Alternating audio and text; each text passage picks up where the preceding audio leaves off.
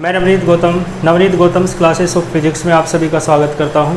तो जैसा कि आप सभी देख सकते हैं, जानते हैं, बीएससी फर्स्ट ईयर फिजिक्स के लिए आपकी ऑनलाइन क्लास चल रही है, जिसमें लास्ट क्लास में मैंने आपको सेंटर ऑफ मास क्या होता है और उससे रिलेटेड सेंटर ऑफ मास की मोशन है और कई डेरिवेशन मैंने आपको करा दिए थे। आइए, सेंटर ऑफ मास की जो मोशन है, आपकी यूनिट का नाम है dynamics of system of particles. तो सेंटर ऑफ मास से रिलेटेड और सिस्टम ऑफ पार्टिकल्स से रिलेटेड और डेरिवेशंस आइए देख लेते हैं।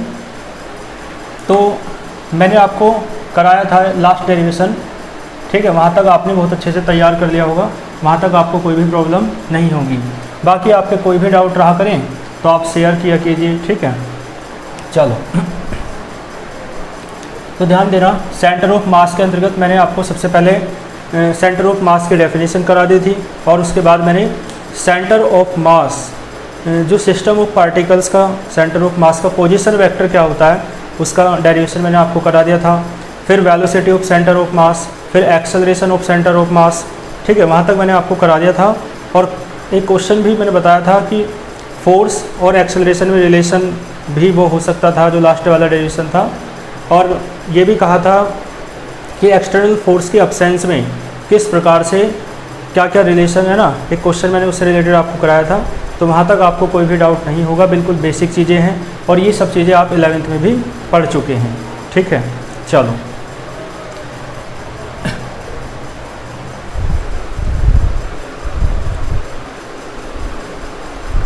ठीक है, चलो। तो आज की क्लास में आप लीनियर मोमेंटम पढ़ेंगे। लीनियर मोमेंटम, तो हेडिंग डालें पहले, सबसे पहले लीनियर मोमेंटम। देखो, लीनियर मोमेंटम क्या होता है, इसे हिंदी में कहते हैं रेखीय संवेग। और ये आपने 11th क्लास में इसकी डेफिनेशन पढ़ी होगी, रेखीय संवेग क्या होता है और लीनियर मोमेंटम क्या होता है। क्लियर है? तो देखो, लीनियर मोमेंटम रेखीय संवेग को किससे प्रदर्शित करते हैं, आपको पता होगा, स्मॉल पी से डिनोट करते हैं और इसका फॉर्मूला होता है m/v, ठीक है, m/v। तो देखो, m क्या है, कण का द्रव्यमान है, यानी पार्टिकल ऑफ, वो मास ऑफ पार्टिकल, और v क्या है, कण का वेग, यानी वेलोसिटी ऑफ द पार्टिकल। दोनों की प्रोडक्ट हो रही है, दोनों का गुणनफल हो रहा है, उसे ही आप क्या कहते हैं, लीनियर मोमेंटम यानी रेखीय संवेग कहते हैं, ठीक है। तो देखो, ध्यान देना, दोनों की प्रोडक्ट हो रही है ना, तो मास और वेलोसिटी की प्रोडक्ट को ही आप क्या कहते हैं, लीनियर मोमेंटम कहते हैं। तो बस अब अच्छे से लिखना है ना, कोई कठिन डेफिनेशन नहीं है, क्योंकि आप इसे बहुत अच्छे से समझते होंगे। तो मैं लिख देता हूँ, द प्रोडक्ट ऑफ, प्रोडक्ट यानी गुणनफल, द प्रोडक्ट ऑफ मास, ठीक है जी, और linear momentum of a body कह सकते हो, है ना, या ऑफ ए सिस्टम कह सकते हो, कुछ भी कह सकते हो, है ना, जिसका भी डिफाइन करा ले। तो मेन हेडिंग क्या है, लीनियर मोमेंटम। तो द प्रोडक्ट ऑफ मास, और मास किसका है, ऑफ एनी बॉडी, ठीक है, किसी बॉडी का जो मास है, एक तो वो, और दूसरा वेलोसिटी एंड वेलोसिटी। क्लियर है? और वेलोसिटी भी किसकी है, आपकी उसी बॉडी की है जिसका मास है, तो वेलोसिटी ऑफ दैट बॉडी,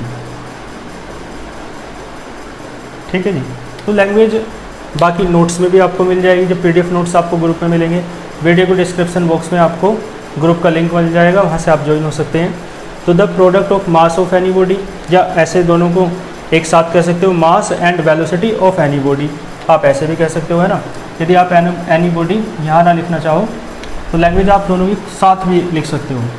तो प्रोडक्ट किसकी है, मास की, और किसकी है, वेलोसिटी की। और मास और वेलोसिटी किसकी है, किसी बॉडी के। तो mass and velocity of any body. Clear है?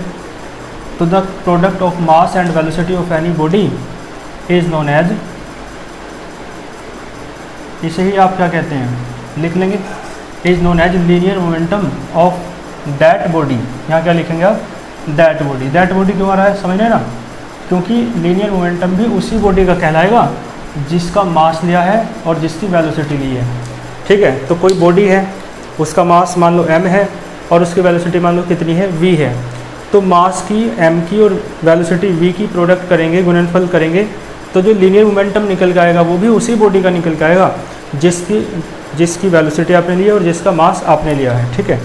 तो मान लो लेट, या नेक्स्ट लाइन से आप लिखेंगे इफ़, पहले तो एक बात देखो, it is denoted by small P. Next line में क्या लिखेंगे, it is denoted by small P, इसे आप स्मॉल पी से डिनोट करते हैं।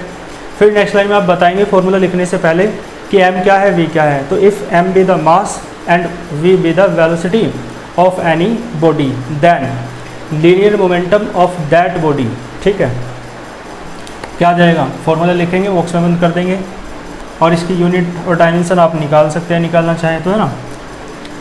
ये तो सब चीज़ें अब आपके लिए नॉर्मल है। तो यूनिट क्या हो जाएगी भाई, मास की क्या होती है किलोग्राम, और इसकी होती है मीटर पर सेकंड, तो किलोग्राम मीटर पर सेकंड हो जाएगा, ठीक है। इसी प्रकार आप यूनिट भी निकाल सकते हो, m LT की पावर -1 होती है, जो इसकी वेलोसिटी की यूनिट डायमेंशन, और मास की m होती है, तो mLT की पावर -1 इसकी डायमेंशन आ जाएगी। तो लीनियर मोमेंटम में कुछ नहीं था, ये बहुत बेसिक डेफिनेशन थी, आप इसे लिख लेंगे, ठीक है। अब हेडिंग डालें linear momentum of a system. Next heading क्या है आपकी, linear momentum of a system of particles, ठीक है। Linear momentum of a system of particles, ठीक है जी। क्योंकि हेड देखो, अब आप देखेंगे आपकी यूनिट का जो नाम है वो भी क्या है, dynamics of system of particles, यानी जो सिस्टम है ना पार्टिकल्स का, उसकी डायनेमिक्स के बारे में आप पढ़ रहे हैं। डायनेमिक्स यानी मोशन के बारे में, है ना। मैंने बताया था dynamics is the branch of mechanics, क्योंकि बुक का नाम क्या है, न्यूटोनियन मैकेनिक्स, ठीक है ना। जो आपका सेकंड पार्ट है इस बुक का, उसका नाम है न्यूटोनियन मैकेनिक्स, और उसका पूरा नाम है Newtonian mechanics and wave motion. तो न्यूटोनियन मैकेनिक्स के अंतर्गत जो आपकी फर्स्ट हेड वो है यूनिट, ठीक है ना, उसका नाम है dynamics of a system of particles. Clear हैं सब बातें। तो डायनेमिक्स का क्या मतलब है, dynamics is the branch of mechanics in which we study about the motion of the particle as well as the forces applied on the particle, ठीक है। यानी डायनेमिक्स जिसे गति की कहते हैं आप हिंदी में, वो मैकेनिक्स यानी यांत्रिकी की वह शाखा है, वह ब्रांच है जिसमें आप किसी कण पर लगने वाले फोर्सेस यानी बलों का भी अध्ययन करते हैं, और साथ साथ में आप मोशन का, गति का तो अध्ययन करते ही हैं, ठीक है। ये बात आपको पता होगी। वह हालांकि, है ना, शुरुआत में ही मैंने बताया था ये कि मैकेनिक्स की दो ब्रांच होती है, एक तो कौन सी होती है, काइनेमेटिक्स, और एक होती है डायनेमिक्स, ठीक है। चलो, तो यहाँ तक क्लियर है आपको। अब लीनियर मोमेंटम किसका पढ़ना है, of a system of particles. तो मैं इसे रफ कर रहा हूँ। देखो, कोई सिस्टम है पार्टिकल्स का, यानी कोई आवेश, वो कणों का निकाय है, कणों का निकाय कहते हैं हिंदी में। और इसके लिए क्या करना है, आपको लीनियर मोमेंटम निकालना है, ठीक है। तो देखो, बिल्कुल ऐसे ही करेंगे जैसे अभी तक के डेरिवेशन करते आए हो।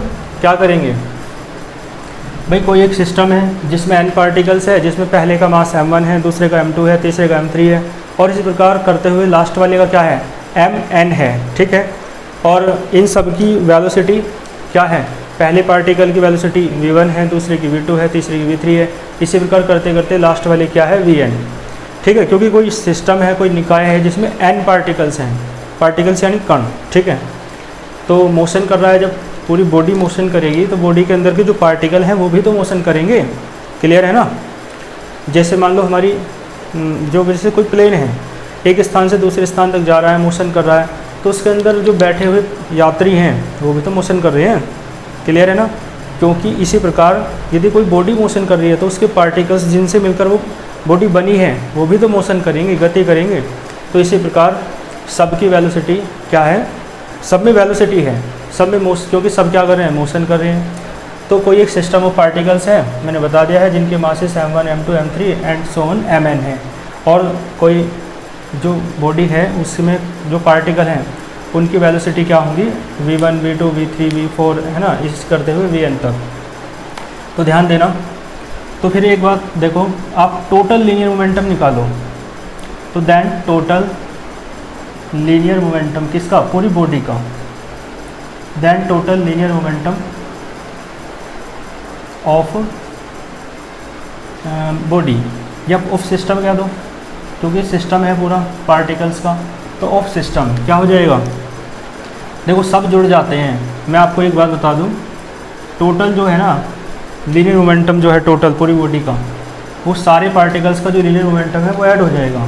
देखो पहले पार्टिकल का लीनियर मोमेंटम मान लो P1 है ना, दूसरे का क्या है P2 है, इसी प्रकार तीसरे का P3 और करते करते कहाँ तक सबसे लास्ट का Pn है।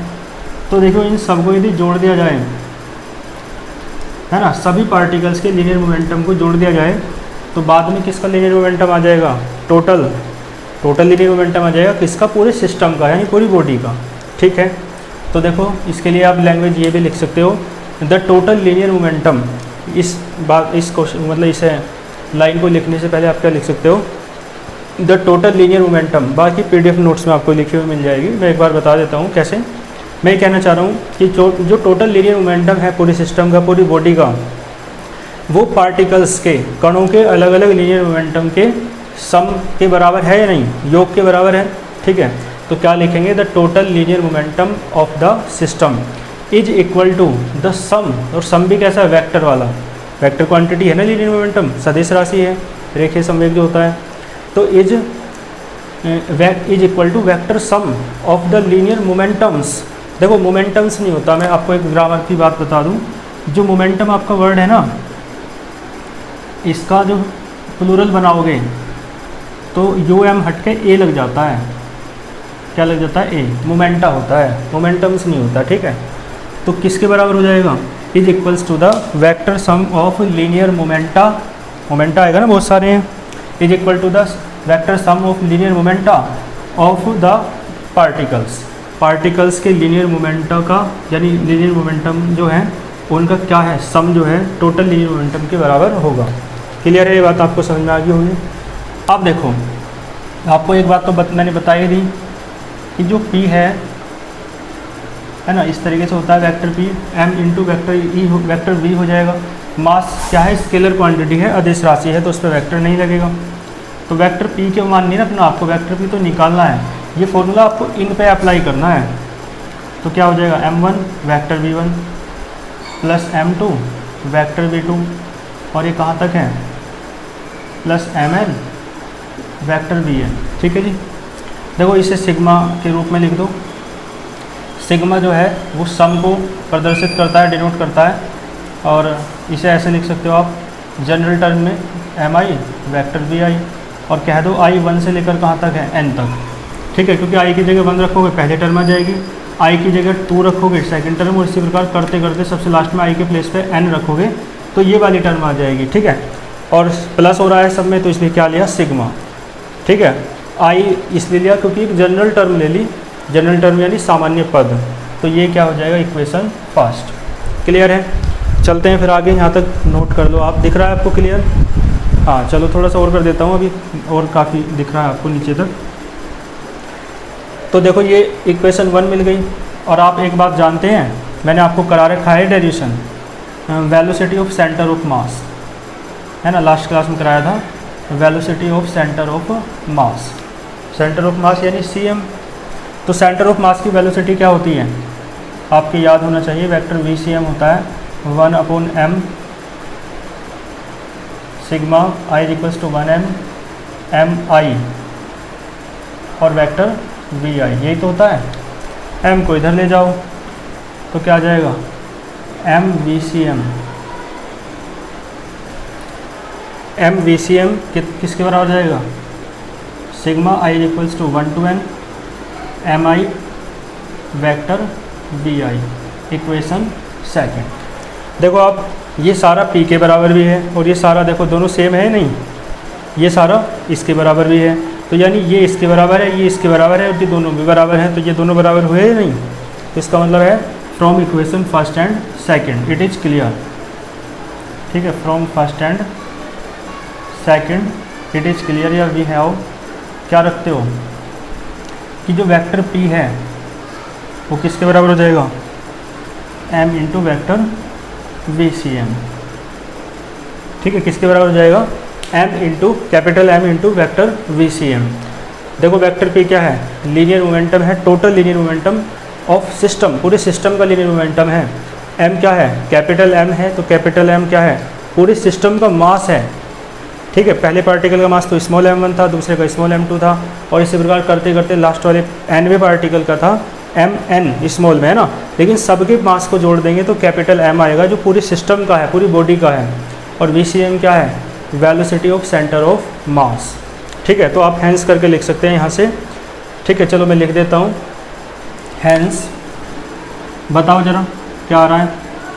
ये जो टोटल लीनियर मोमेंटम है ना, तो हैंस टोटल लीनियर मोमेंटम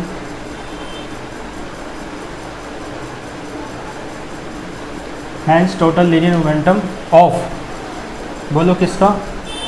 पूरे सिस्टम का, है ना, क्योंकि हेडिंग क्या है, हमें तो टोटल लीनियर मोमेंटम निकालना था पूरे सिस्टम का, तो निकाल तो दिया हमने, यही आपका डेरिवेशन है, बस अब इसके बारे में लिख दो। तो हैंस टोटल लीनियर मोमेंटम जो है किसका? ऑफ ए सिस्टम, किसी सिस्टम का, वो किसके बराबर होता है? इज इक्वल टू, ठीक है, किसके बराबर होता है? प्रोडक्ट के। और प्रोडक्ट किस किसकी है आप देख के बताओ? Is equal to product of, product किसकी है? Total mass of the system. ये m जो है, कैपिटल M, ये क्या है? ये टोटल मास है, और किसका है? सिस्टम का। कॉमा लगा दिया है मैंने, आपको कॉमा नहीं लगाना, पूरा लिखना है ना। Is equal to product of total mass of the system, और क्या है ये? एंड वेलोसिटी, v क्या है? वेलोसिटी है, यानी क्या? वेग। और किसका है वेलोसिटी? किसकी है? सेंटर ऑफ मास की। ठीक है, और सेंटर ऑफ मास किसका है? Of system. बात समझ आई? तो जो टोटल लीनियर मोमेंटम है पूरे किसी सिस्टम का, वो किसके बराबर होता है? प्रोडक्ट यानी गुणनफल के बराबर होता है। और गुणनफल प्रोडक्ट किसकी है? Total mass of the system की है। और वेलोसिटी ऑफ वो वेक्टर VCM क्या है? Velocity of centre of mass of the system. Clear है? तो ये आपका डेरिवेशन पूरा हुआ। आपको निकालना था linear momentum of a system of particles, आपने निकाल दिया है। यही आपका रिक्वायर्ड एक्सप्रेशन है। और इसका मतलब इसका स्टेटमेंट यदि लिखना हो तो ये इसका स्टेटमेंट है जो मैंने लिखा है। ठीक है, यानी कितना होता है लीनियर मोमेंटम किसी सिस्टम का, तो कितना होता है जो सिस्टम है उसका टोटल मास, और जो उस सिस्टम का सेंटर ऑफ मास है उसकी वेलोसिटी की प्रोडक्ट के बराबर होता है। ठीक है, चलो यहाँ तक नोट करो, फिर चलते हैं नेक्स्ट टॉपिक पर। ठीक है, तो आप देख सकते हैं क्वेश्चन है आपके लिए, वो डेरिवेशन है ना, आप वहाँ तक समझ गए होंगे। तो एक क्वेश्चन देखो क्या है, सो दैट यानी सिद्ध करना है आपको, इफ़ लीनियर मोमेंटम यानी रेखीय संवेग ऑफ ए सिस्टम किसी निकाय का कैसा है? कांस्टेंट है। कंजर्व्ड क्या होता है? कांस्टेंट यानी नियत है। ठीक है, तो किसी सिस्टम का यदि लीनियर मोमेंटम कांस्टेंट है, कंजर्व्ड है, तो क्या सिद्ध करना है? देखो, वेलोसिटी ऑफ सिस्टम, जो सिस्टम की वेलोसिटी है वो भी कैसी रहेगी? रिमेन्स माने रहती है, कंजर्व्ड माने कांस्टेंट, कांस्टेंट रहती है। ठीक है, और ऐसे भी कह सकता है, या तो ये कह सकता है इतने सेंटेंस के प्लेस पे ये बात भी कह सकता है कि वेलोसिटी कांस्टेंट रहेगी सिस्टम की, या बॉडी या सिस्टम, दो में से एक वर्ड को यूज़ कर सकता है, मूव्स विद कांस्टेंट वेलोसिटी। ठीक है, कि जो बॉडी है या सिस्टम है वो कांस्टेंट वेलोसिटी से मूव करता है, मोशन करता है। ठीक है, तो ये आपको क्वेश्चन सिद्ध करना है। देखो, इसका मतलब ये है, यदि मैं लिखना चाहूँ इस क्वेश्चन का ही मतलब, तो इसका मतलब ये है कि इफ़ जो लीनियर मोमेंटम है वेक्टर p वो कैसा है? कांस्टेंट। मैथमेटिकली लिख के चीज़ें आसानी समझ में आ जाती हैं। तो यदि वेक्टर p कांस्टेंट है ना, तो आपको ये सिद्ध करना है कि जो वेलोसिटी है बॉडी की, और यानी सेंटर ऑफ मास की, वो कैसी होगी? कांस्टेंट। ठीक है, क्लियर है? क्योंकि वेलोसिटी बॉडी की तो हम ले नहीं सकते, क्योंकि बॉडी की वेलोसिटी में बहुत सारे पार्टिकल हैं जिनकी वेलोसिटी v1, v2, v3 ऐसे बहुत प्रकार की है। तो एक पॉइंट ऐसा मानते हैं जिसकी वेलोसिटी को पूरी बॉडी की वेलोसिटी मान सकते हैं आप, है ना। और उस पॉइंट को आप क्या कहते हैं? सेंटर ऑफ मास कहते हैं, क्योंकि वो पॉइंट ऐसा होता है जिस पर उस पूरी बॉडी का टोटल मास जो है सेंटर्ड रहता है। सेंटर ऑफ मास में आपको पढ़ा चुका हूँ, द्रव्यमान केंद्र क्या होता है। तो सेंटर ऑफ मास की वेलोसिटी को ही बॉडी की वेलोसिटी के रूप में कंसिडर किया जाता है। इसलिए बॉडी की वेलोसिटी जब कहे या सिस्टम की वेलोसिटी कहे, तो इसका मतलब होता है सेंटर ऑफ मास की वेलोसिटी कैसी आनी चाहिए? कांस्टेंट। ठीक है, यही तो कहा कांस्टेंट वेलोसिटी। यहाँ भी कह रहा है velocity remains constant velocity of a system. ठीक है, तो ये भी कह सकता है, ये भी कह सकता है। लैंग्वेज तो कितनी बना सकता है, तो इतने क्वेश्चन बनाए भी नहीं जा सकते हैं ना। लेकिन मेन चीज़ ये है कि यदि वेक्टर पी कांस्टेंट है तो वेक्टर वी सी भी कैसा होगा, कांस्टेंट होगा। ये आपको सिद्ध करना है, ठीक है। आइए देख लेते हैं सॉल्यूशन, है ना। ये तो आपका सॉल्यूशन यहाँ से मानो, है ना। ये तो आपका क्वेश्चन ही था पूरा अभी तक। क्वेश्चन को मैंने सरल करके बता दिया आपको कि ऐसा है, इसका मीन्स जो है ना, इसका जो मीन्स है वो ये है। अब देखो इस क्वेश्चन में आपको करना क्या है, देखो मैं लिख देता हूँ, सेम एज अबव डेरिवेशन। जो अबव माने जो ऊपर वाला डेरिवेशन है, माने जो इससे पहले कराया। अबव ना लिखो तो प्रीवियस लिख सकते हो, है ना, इससे पहला जो डेरिवेशन है। तो सेम एज प्रीवियस डेरिवेशन, बिल्कुल प्रीवियस डेरिवेशन की तरह आपको करना है। और कहाँ तक, अप टू ये जो था आपका, है ना, कहाँ तक आपका निकल के आया था vector p is equals to m vector V C M. जो लास्ट एक्सप्रेशन आपका आया था ना, वहाँ तक बिल्कुल आपको पिछले वाले डेरिवेशन की तरह ही करना है, प्रीवियस डेरिवेशन की तरह ही करना है। कर लेंगे, उसके बाद क्या करना है, देखो ध्यान देना। अब इसने क्या कहा कि यदि वेक्टर p कैसा है, कांस्टेंट, लीनियर मोमेंटम जो है सिस्टम का कैसा है, कंजर्व्ड है, कांस्टेंट है।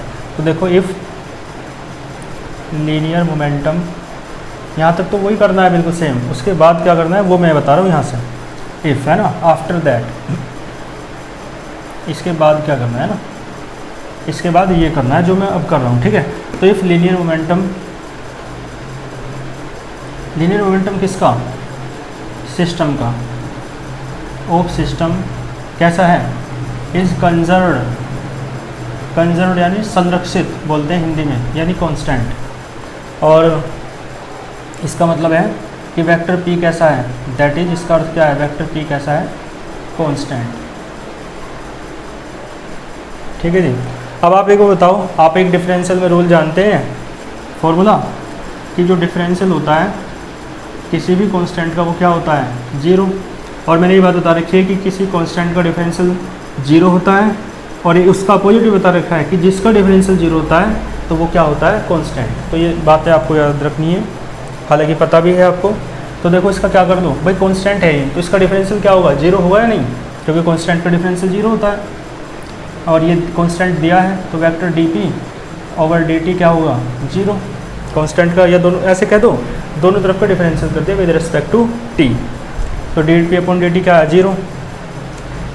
पी की वैल्यू रख दो, कहाँ से, ये जो आपकी इक्वेशन आई थी समीकरण एक मान लो, इक्वेशन फर्स्ट। तो देखो दिख रहा है आपको यहाँ पर, चलो जी। तो देखो क्या कर रहे हैं, p की वैल्यू रखो, तो ये जाएगा d ओवर dt, और p की वैल्यू है m वी सी एम, और बराबर किसका है ये, जीरो के। इधर देख लो, m तो बाहर आ जाएगा डिफरेंशियल से, फिर जीरो के पॉइंट में पहुँच जाएगा। तो इसका मतलब है d vector V C M upon D T किसके बराबर है, जीरो के। अब देखो यहाँ से एक बात और चल रही है कि जिसका डिफरेंशियल जीरो आता है वो क्या होता है, कांस्टेंट। यहाँ तो ये बात हमने यूज़ की कि जो कांस्टेंट है उसका डिफरेंशियल क्या होता है, जीरो। लेकिन यहाँ से जिसका डिफरेंशियल जीरो आ रहा है वो क्या है, कांस्टेंट। तो यहाँ से वेक्टर वी सी एम का डिफरेंशियल जीरो आ रहा है, तो इसका मतलब है वेक्टर वी सी एम क्या है, कांस्टेंट है नहीं। तो वेक्टर वी सी एम क्या है, कांस्टेंट है। यही बात आपको प्रूफ करनी थी कि यदि लीनियर मोमेंटम भी कंजर्व्ड है तो वेलोसिटी जो सिस्टम की है वो कैसी होगी, कांस्टेंट होगी, कंजर्व्ड होगी, या बॉडी कांस्टेंट वेलोसिटी जो मोशन करेगी, बात एक ही है। तो ये बात प्रूफ हो गई है ना, हैंस प्रूफ, ठीक है जी। लेकिन आपको यहाँ तक तो वही करना है ना, वो डेरिवेशन जो मैंने कराया अभी इससे पहले, और उसके बाद ये चंद लाइनें आपको लिखनी है, यहाँ तक नोट करो फिर, है ना। यहाँ तक आपको कोई भी दिक्कत नहीं होगी, ठीक है। चलो तो फिर यहाँ तक ही रख लो आज, है ना। यहाँ तक बहुत अच्छे से नोट्स बना के तैयार कर लेना। उसके बाद है ना नेक्स्ट क्लास में नेक्स्ट डेरिवेशन के साथ मिलेंगे। लेकिन आप क्या है, बिल्कुल अच्छे से साथ साथ नोट्स तो बनाते चलो ही, और साथ में साथ याद करते चलो, लर्न करते चलो, चीज़ों को तैयार करते चलो। मैं ज़्यादा स्पीड से सिलेबस इसी कारण नहीं करा रहा हूँ, क्योंकि मैं आपसे अपेक्षा ये कर रहा हूँ कि आप साथ के साथ तैयार करते चलें, है ना। सिलेबस तो बहुत आराम से हो जाएगा, बहुत जल्दी हो जाएगा, कोई दिक्कत वाली बात नहीं है ना। और इसी कारण वीडियो की लेंथ अभी कम है, क्योंकि आप से मेरी अपेक्षा क्या है कि आप साथ के साथ लर्न करते चलें, इसी कारण आप पे ज़्यादा बर्डन ना हो। तो इसलिए है ना, बस एक निर्देश ज़रूर मानो कि आप डेली 1 या 2 क्वेश्चन जरूर लिख के देखा करो, है ना, लिख के देखा करो। लर्न तो किया ही करो, अपनी चीज़ों को समझा तो करो ही, लेकिन लिख के देखा करो। जितनी बार क्वेश्चंस को लिख के देखोगे उतना ही आपको क्लियर होता जाएगा, सब कुछ क्लियर होता जाएगा। क्योंकि सिद्धांत होता है, जो चीज़ शुरुआत में कठिन लगती है ना, लेकिन जब उसे बार बार करते रहते हैं, करते जाते हैं, तो चीज़ें आसान होने लगती हैं। तो कठिन कुछ नहीं होता, पुनरावृत्ति के परिणाम स्वरूप सब चीज़ें आसान हो जाती हैं यदि आप रिवीजन करते हैं तो। और आपको लिख के देखना है चीज़ों को, तो आपके लिए सब कुछ क्या हो जाएगा, सरल हो जाएगा। तो बस, है ना, चीज़ों को आसान बनाना है, क्योंकि आपको रिटर्न एग्जामिनेशन देना है। आपका MCQ टाइप तो है नहीं, तो रिटर्न एग्जामिनेशन है, तो आपको लिखने की लेखन का अभ्यास ज़रूर करना पड़ेगा, ठीक है। और आप किसी भी परीक्षा में बैठें, ये तो आपकी ग्रेजुएशन के एग्ज़ाम है, आप किसी भी बड़ी से बड़ी यदि परीक्षा देना चाहते हैं और रिटर्न एग्जामिनेशन है यदि आपका, तो आपको लेखन का अभ्यास तो करना ही पड़ेगा। इसलिए रिटर्न, है ना, राइटिंग जो है, आंसर राइटिंग आप ज़रूर किया कीजिए, बहुत अच्छे से लिख के देखा करो चीज़ों को, ठीक है। तो यहाँ तक जैसी मेरी अपेक्षा है, आप उन्हें पूर्ण करते हुए चीज़ों को करते रहेंगे। मिलते हैं फिर नेक्स्ट वीडियो में। आप अच्छे से पढ़ते रहिए। All the very best.